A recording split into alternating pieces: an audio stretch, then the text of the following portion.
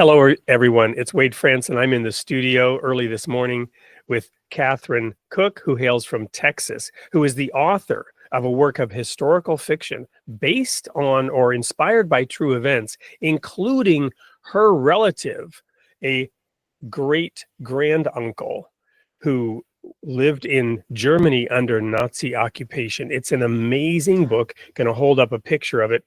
The Sower of Black Field. Welcome to the studio, Katherine. Thank you, Wade.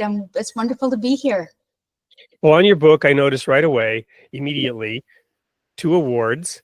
Congratulations. And then it's published just last year. So you are an academic who has done peer research, who knows how to research and get to the facts, yet you chose to write this book as a work of historical fiction. Why?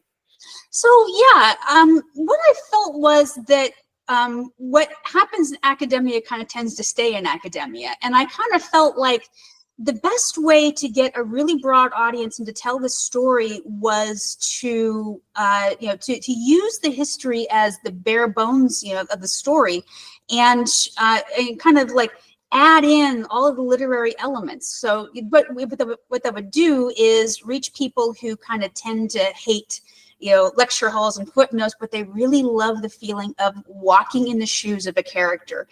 And I felt like that was the best way to tell this story, because we have a very rare case of an American defending Germans against Americans. And you ask, well, why did he do that?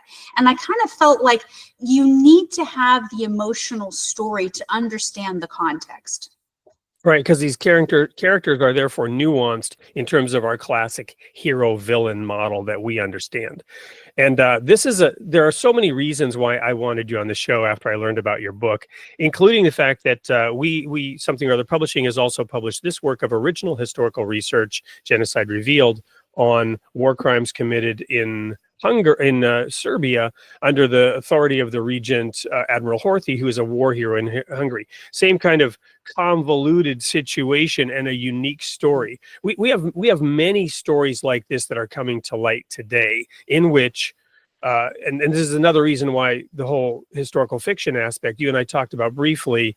I lived in Germany for 10 years, and during the 80s and early 90s, when a lot of people were still alive that had experienced World War II, never met a German who admitted that they knew what was going on. I don't mean that negatively. It's just a fact that nobody wants to put their worst foot forward.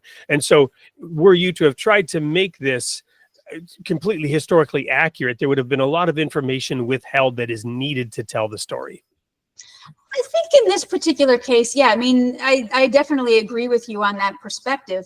What was interesting to me was when I went to Germany and talked with these people, I fully expected, you always hear that nobody wants to talk about this. I had, people in the town of Schwarzenfeld flocking to me and really wanting to tell me their stories. And I felt like they trusted me because I was a relative. They opened up to me because of that. So I kind of felt like I had this inside window into what their thoughts were, what their impressions were, and I felt like it was something that was very rare.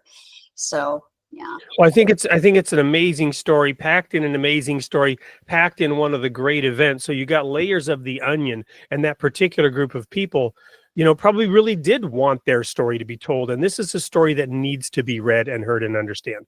So everyone, do not miss Created in the Image of God, Building Vibrant Communities, our episode 135, airing on January 28th with Katherine Koch. I can't wait to see you there.